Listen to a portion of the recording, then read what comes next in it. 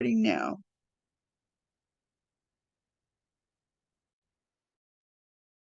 Lovely. Thank you very much for inviting me back. It's lovely to be here. It's always an honor and a privilege to come to CoDA Arizona and be with all you lovely people. And I chose the topic finding my voice because I was thinking of the time that I've been in CoDA, what is the most important aspect of my recovery? And I would say finding my voice has been the biggest, most self-loving change for me during this program. You know, I never, first of all, I didn't realize that I never had a voice. When I first got here, I always considered that I'd always been quite vocal in my life, and I felt like I'd gone through my life in this way of living, and I didn't really understand about codependency. And I think as the time has gone on in recovery, I've learned more about the importance of my voice in my CoDA recovery and how it enables me to really reenact my act of self-love. You know, having my voice is my voice is how I tell people how I want to be treated. So it's a complete reflection of me telling people what's appropriate behavior and what's not. And if I'm not having my voice and not speaking up, then that enables people to treat me how they want to treat me. So and when I first got here, you know, when people explained about in CoDA recovery to start to change that relationship with myself, you know, that was my main symptom of coming here in the beginning, was that I didn't have a healthy relationship with myself. You know, I'd had years of the inner critic belittling me and devaluing me and making me feel like I was the problem. And I love when we listen to the welcome sheet at the beginning, at the beginning of every CoDA meeting, and it just settles in my heart of why I'm here and why I need to keep coming. And I love the expression that it frees me from the bondage of my past, because I really understand now how much, I think the longer I've been here, the more I understand how much damage was done to me from my family of origin, and how much difficulty I had in my life finding my voice pre-CoDA. You know, I really understand that I'm going to sort of tell you my story a little bit, my family story and what happened when I left home. And some of it's a bit horrific, some of it's you know, very traumatic,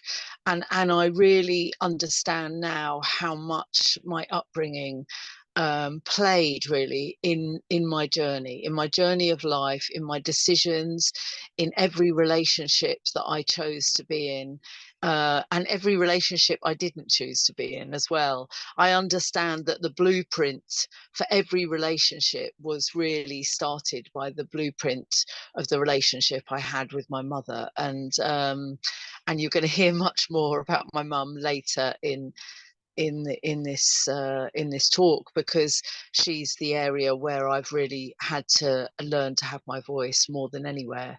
And I really, when I was thinking about finding my voice and the struggles that I've been through in CoDA to learn to speak up, and how much difficulty I've had in doing that, and how some people have been easy to do that in relationships and other relationships have been incredibly difficult for me. Yeah, so the beautiful thing is that I came here not knowing anything really about codependency, but I had this terrible self-hatred, and I was a chronic caretaker, you know, and I really and I was very controlling in my life.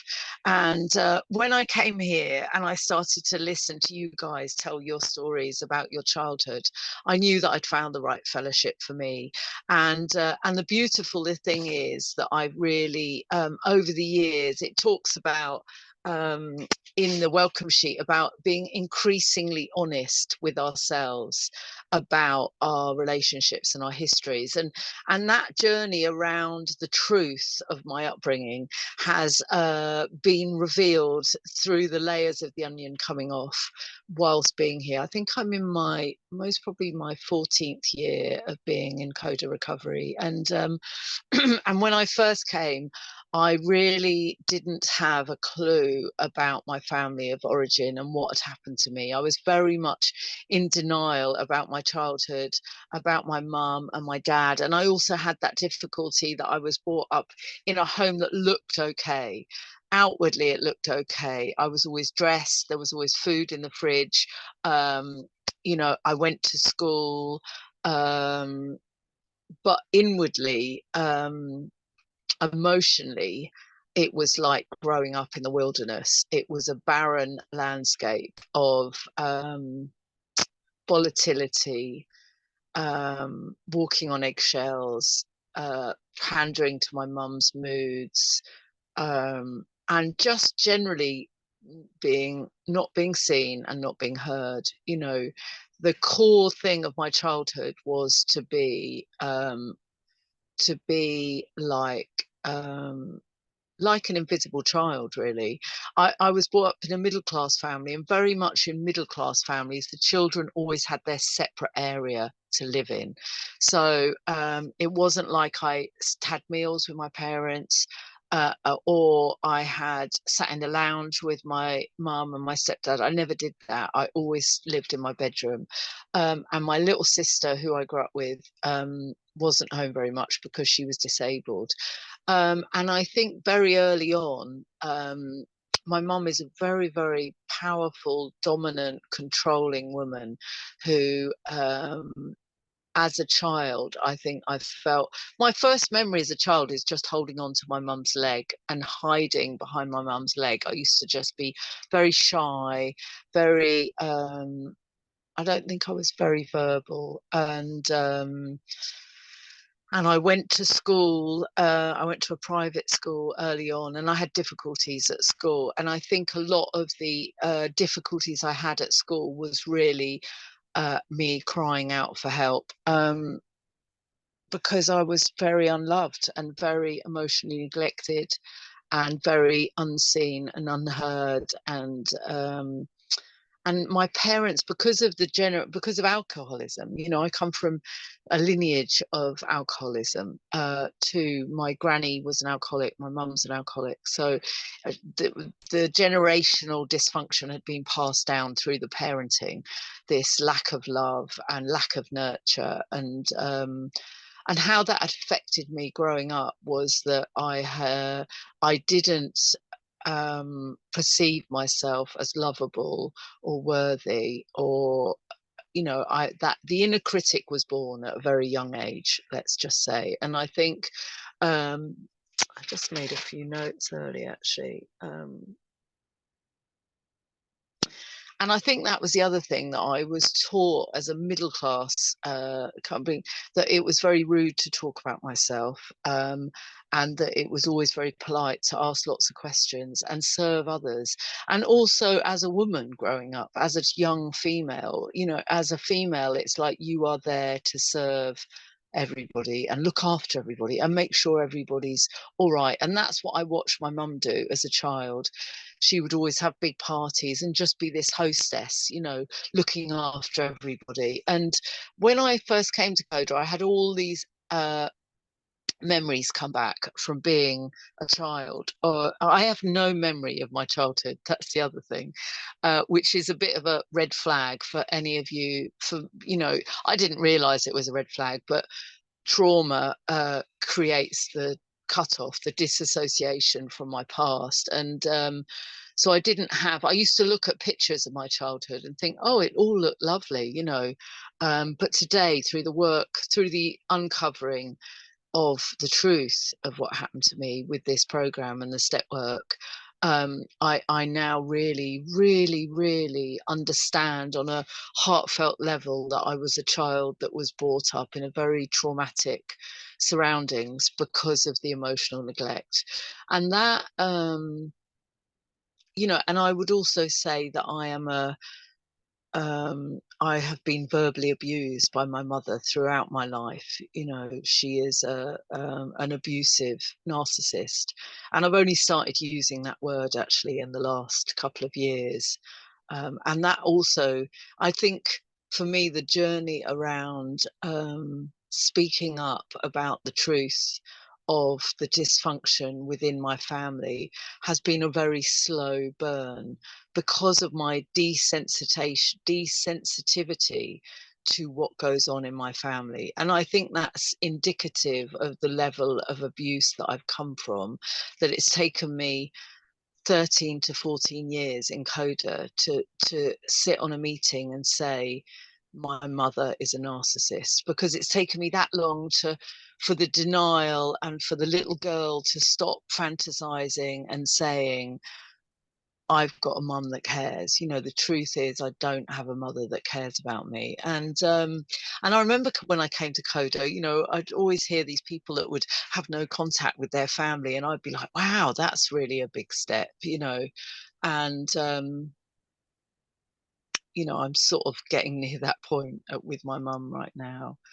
I've had a really horrific week this week, and I nearly didn't want to do this talk this evening because of the physical aspect of being around my mother, what it does to me, and the emotional aspect, and I felt very broken this week and very fragmented and very really in the trauma of what I still live with. And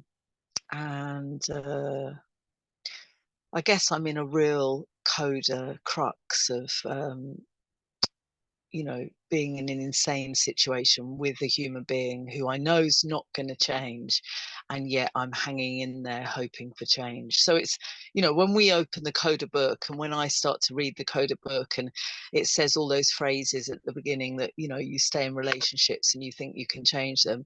That's this journey for me. There's levels and layers to the onion. And when I first got here, I think just speaking of the truth about what had happened in my childhood, a lot of denial lifted, and I started to write about my childhood from my perspective at that time. And the longer I've been here, the more my perspective has got clearer, as I feel stronger in myself, and I've formed that loving relationship with myself where I now know that I cannot lie to myself anymore about situations, because I feel like the dishonesty within myself is part of my denial within the CoDA journey. And so when I got here and I started to do the step work in CoDA, and I started to hear about boundaries and speaking up and going, family systems, I learned a lot about how family systems should operate. And the more I learned of how they should operate, the more I understood my family system wasn't normal and was filled with red flags. And the more I felt in my heart the effect that family had on my choices as I grew up. As a teenager, I left home very, very young. I left home at 15 years old. And that was because knew that on a deep level, I knew that there was nothing for me with my mother and my stepfather. And I left home and I met a young boy, and we went off and I fell in love. And he was a damaged little bunny too. He'd come from lots of abuse. So we fitted really well. And I went on to have 2 decades in addiction. I chose drugs as a way, I think, to cope with the inner critic and the self-hatred that I lived with, the inner critic, the loud voice that said, you're ugly, you're not enough. And through drugs, I ended up in horrific situations, homelessness, prostitution, several rapes, traumatic abuse, and when I look back on my story, I really understand how from a young age I abandoned myself, and I was never taught how to all I did was actually recreate my family of origin with my choices, by choosing abusive people. And obviously, being an addiction, you don't get many healthy people. So the abuse just kept coming. It was like thick and fast. And at 31, I got put into a treatment center, which was amazing. And then what happened was my codependency came alive. I went into a 12-step program, and instead of, I recovered from the addiction, but my codependency just was fueled by that first 12-step program of help others, be there for others, and this. So that's what I did. I spent 10 years just supporting other people because I thought that was the right thing to do. And I didn't understand how codependency was just firing up on a whole new level. And I still had the voice saying, you're ugly, you're not enough. And the beautiful thing is, when I came to CoDA, I was 10 years clean. And the self-hatred and the control. I'd met somebody that I was really in love with. I knew the relationship wouldn't work. I had so many failed relationships. And when I first came here and I learned about boundaries, and I did those questions at the beginning, the pre-step 1 questions about the upbringing and the neglect, and how did I see the neglect? And, I remember writing those questions, and my view then was so limited to what had actually happened to me, because I hadn't had enough time in the program for the truth to be revealed to myself. And now when I look at those questions that are in our basic text, I would answer them totally different as 14 years of being in CoDA than I would have done at the beginning. And that's the growth that I've got in CoDA. And boundaries. When I learned about boundaries, about the ability to say no, the ability to speak up and stand up for myself and be in my own corner, was something I'd never done. I'd never said no to anybody in my life ever for anything. I was a yes person. And those first few years in CoDA of learning to say no, learning to say, I'm sorry, I can't help you now, let me get back to you on that. And that was that first time of really exerting my voice and saying, not being a yes, was the most painful thing, because I kept having the guilt and shame, the residue about speaking my truth, about saying, no, I can't do that, I'm too busy. I had also a lot of busyness, a lot of doing. My codependency exhibited itself, and this was me running from the story, running from my past, running from the trauma, running from my little girl, running from the journey in to meet little Amanda. I'd use people to fill up that hole, that cavernous empty hole within me. And and I jumped from relationship to relationship when I got clean. And then I met this person at 9 years, and I knew that if I didn't do some work around relationships, I would lose this relationship. And I've got to say, coming into CoDA for me was the most revolutionary thing that has happened in my life, because for the first time I realized, I saw my history for what it was, of how my upbringing had primed me for everything that had gone on in my life. And that isn't assigning blame. I'm just saying that my family of origin and the lack of nurture and the emotional neglect had created that inner critic, which had driven me to recreate those circumstances of childhood in scenarios, drawing people in to keep playing out this unloved scenario and abandonment scenario. And I've, through doing the steps, I now understand that my abandonment is the core of all of my codependent behaviors. Everything comes from the abandoned child. And I can still find myself in moments in recovery where I go back into child and I lose my voice. It's generally around men as well. My dad left when I was very young. I've never really had a good relationship with my dad. My dad's also narcissistic tendencies, not as exploitive as my mum, but my dad's very selfish and self-centered, So again, there's no room for me, there's no room for, I can have conversations with both my mother and father, and they can just talk about themselves. It's a monologue of this, so I did this, and neither would actually ask, how are you? That's not something that is in their repertoire to this day. And and I think this is the weird paradox of coming into CoDA and doing the work that, despite finding my voice and despite understanding the damage, the journey gets more painful in a way, because by clearing away the wreckage and the bondage, I see clearly more who these people are that gave birth to me, that chose to have a child, and how incapable they are of love. And even that alliance, to come in to a meeting and to share about my parents, of the truth, to have that disloyalty. I'd spent years in therapy sort of defending my mum for 10 years, before coming to CoDA, of sort of saying, oh, I know she loves me, and you know and it's so beautiful and refreshing to be in a fellowship where I know I can say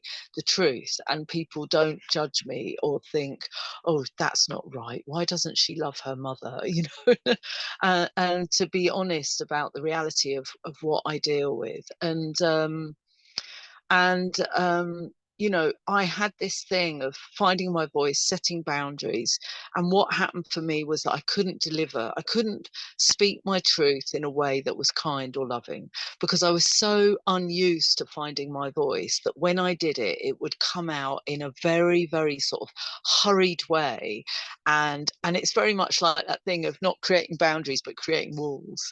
So the first few years of speaking my voice wasn't great, because people's reactions, I learned a lot by people's reactions. I learned who was going to stay on the journey with me and who wasn't. And I had a lot of people that I had to get rid of, because they were actually just sucking me dry. I had this a big cohort of people who I was caretaking, who were just draining me of love and energy. And so when I started saying no and finding my voice with those people, they didn't like it, because I wanted, for the first time in my life, to have friendships and relationships that were reciprocated. I love our promises. And when I read the promises today, I'm aware that most of those promises have come true on some level. So if you are new to CoDA, that my experience here is, slowly over time things have shifted, and I don't have the loneliness, I don't have that big hole inside myself anymore. My journey, more recently, around speaking, finding my voice, and it has been about, I watched this film, it's quite interesting. It was just a film on Netflix, and it was about a girl that was brought up as a prisoner of a man in this house with a child. And even when she was released from this room that she'd been kept in for 10 years, she kept she went back to her family, and she kept being nice about the man, and saying, oh, he wasn't that bad. And she kept living the same way. And what I had was, I had a real awakening whilst I was watching that program, because I realized it was the same for me. I left my family of origin, I'm 54, when I was 15 years old. That's like, I don't know, do the maths, 40 years ago. And yet I still live protecting my mother. I still live sort of saying she's all right. And I still live with a lot of the damage that was done to me by her lack of parenting. um, I still live out the legacy of that. And CoDA has helped me undo so much, and especially with my mum over as soon as I came into CoDA, I stopped staying in her house, because she drinks in the evening and is very abusive. The abuse goes up another level or two, or ramps right up. So I don't really stay in her house anymore, only when she's ill. And she's ill at the moment. She's had skin cancer, and she's had to have an eyelid removed. And and it's become more and more where I have to keep having my voice to keep my head above the water in this relationship. But the other thing from this film was the fact that I've always kept my mother's behavior a secret. I've never told anybody. I've never, it's like, and what I realized the other day was I am complicit with the abuse that's gone on in my life through my mother. And I need to start opening up about the truth to the rest of my family, because I'm the ex-addict as well. I'm like the black sheep, you know. So she does a great job of making out that I'm the hopeless daughter, and this is where my victim, you know, I feel like my recovery from being a victim in CoDA has been great. The victim coat has come off. I'm empowered in my life. You know, I got better in my career. I started commanding more money when I did jobs. You know, my self-belief grew, my self-worth grew. You know, I've learned to love myself. I've done the inner journey with my little girl. You know, so many of the things I never thought I got. I've got a loving, supportive relationship. I've had that for 15 years. But this one thing, this relationship with my mum has been, it's hitting the sort of pressure point now of, so recently in the last couple of weeks, I wrote an email to my cousin saying the abuse really, and this is all about finding my voice, you know. I've done it, I've sat down with my mum as well and said to her, you know, what you did, what you gave me as a parent when I was a little girl was not okay. You know, and I've done that when she was sober. And I said, I'm not saying it to blame. I'm saying it just to stand up for little Amanda, who could never stand up for anyone because I was so young and so helpless. And that was a really big moment. I'd had dreams about, I dream a lot about confronting my mother, and I did it in a very loving way. And this was the other thing about finding my voice, that over the years I've got much better at delivering my truth, finding my voice, and doing it in a way, in a manner where it's filled with love, and it's not as brusque. And when I first did it, I just wasn't good at saying it because I'd never learned to do it. And now, years on, I can do it in a way where the truth can get delivered, and people are less likely to be reactive. And even my mum, that conversation was about 7 years ago with my mum, and it went really well. You know, she didn't have a hissy fit. She said, she sort of, you know, said, I just did what had been done to me. And I said, yeah, I understand that, but it still wasn't okay. And I think these, for me, are absolute moments of me standing above the damage and saying, and I've done a lot of work around creating my inner parent, you know, understanding the biggest fantasy for me in recovery, CoDA recovery, has been my little girl thinking my mum is going to change and show up for me. And we have she feeds me these little crumbs where she'll cook me a nice dinner and puts on a mask of being caring. And unfortunately what happens is she then gets ammunition, and she'll weaponize it and use it against me later down the line. So I've learned now to keep myself safe from her. But it's this whole thing of I'm in another layer of finding my voice. And I had a particularly horrific drive with her this week, taking her to this other hospital for another checkup. And she just, you know, her behavior was just, you know, I've working with unwell people in mental health addiction for 20 years, and I've never even had a client behave the way she did in this car journey. And I, we got to the hospital, and I said to her very clearly in a calm voice, I said, I'm so close to walking away from you right now in this relationship. And she just looked at me, and you know, and I just feel like the most loving act. There was something the other day that I read, and it says, whatever you are not changing, you are choosing. So whatever I'm not changing, so my fear of changing this relationship with my mum, of stepping completely out of her life, is I am choosing to stay in something that is destructive and abusive. and I have to take responsibility for that, and it's funny because I've been with my step group today and had a session this morning. And the beautiful thing is that we're on a step 8. And what I realize is that with my codependent journey is that, the damage I've done to myself over the years of being so codependent, of not standing in my corner, not speaking my truth, not having my voice, not being the parent that I never had, has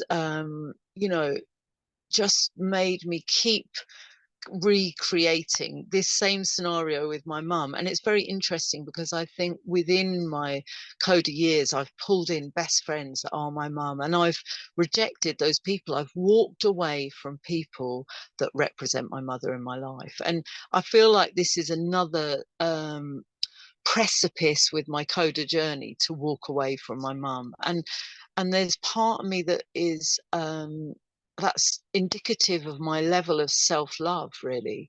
My self-love on this journey has grown immensely, and I was somebody who couldn't even I couldn't look at my reflection. I couldn't show myself love. I've learned how to nurture myself. Like today, I've had this awful not sleeping all week, being awake at 5. I knew I was doing this. I wanted to do this because I'm so grateful for what CoDA has given me and the freedom it's given me in my relationships and the bondage that I have come through, and I've got more to go. I don't believe the journey stops here.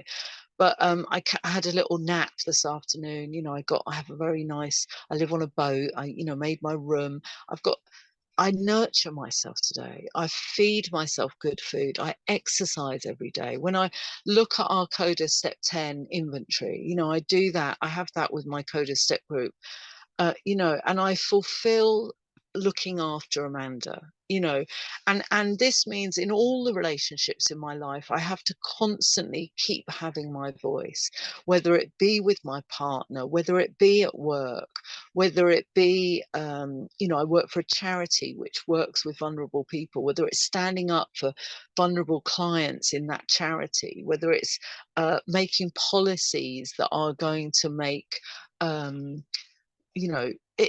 for everything I do is about my voice, and I've been really privileged over the years because I've been included in things where my voice has been, made pivotal changes within systems, within organizations that I've worked with, because I've learned how to communicate in CoDA. I've learned how to communicate my truth in a way that is loving, kind, honest, open, and do it despite the consequences.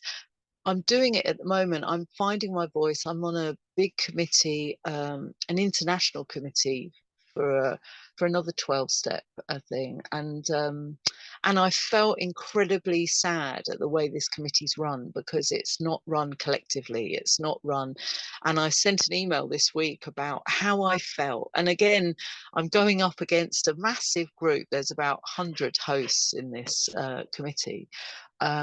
And I'm speaking out, and that's what CoDA's given me, is speaking out on any. And again, it's a bit, there's low level abuse within that committee about people not being heard, and our voice being taken away. And I'm someone that within my life, and maybe that's why I quite often think, the sadness that I've held recently, this last week, around the mother that I have and the mother that I've been born into. If you'd catch me on another week, I would say I'm incredibly grateful for my life. But this week I felt incredibly sad for little Amanda, that was brought up in this family with this woman who just hates me, And I think I just, that sadness sits under all of this. And I do feel like the CoDA journey is really reclaiming that grief, the grief of the little girl. And I would love, when I look at normal, healthy, loving families and a mum and a daughter, I think I so would have deserved that. you know, to have that as a little girl. And it's all right to say that and admit that the grief and the sadness I can connect with today, to say that I didn't get that, you know, and I still don't get that. I'm still, and that's not me being a victim. It's just me acknowledging what this journey's all about, you know. The and I've got the tools, and I've got my inner parent, and I've got little Amanda. She's protected. I haven't let her get hurt. When I was in the car with my mum, she was tucked away safe. I was in my adult, and as my mum was screaming next to me, I just thought, you're not touching her today. You are not touching her. And I make that commitment every time I go down and see my mum, that I'm not letting you get hurt by this woman anymore. And you know, so I just I don't know. I'm incredibly grateful for CoDA, that I've got somewhere to come to talk about this stuff, to try and work out how to move forward in my life with a relationship that is still abusive. And I'm gentle on myself. I don't think, why are you still here? You should have left that years ago. I understand to walk away from my mother is like the biggest journey for me. It's always been the biggest journey. But I'm closer now than I ever have been. And it's almost like the two journeys travel together. The more work I do within little Amanda and what happened, the closer I move, the closer I move towards letting go of my mother, because I can't abandon myself anymore, and I can't abandon myself by allowing myself to be treated in that way. And you know, I've learned what love is in this program.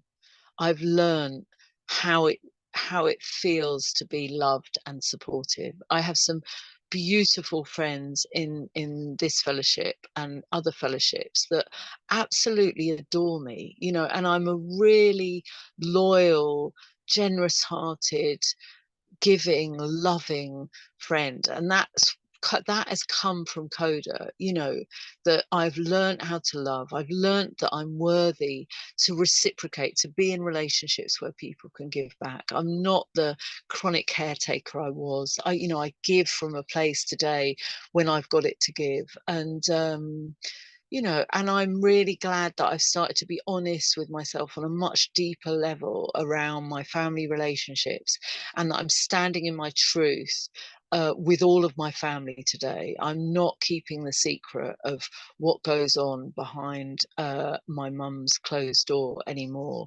And that's freedom. That is freedom.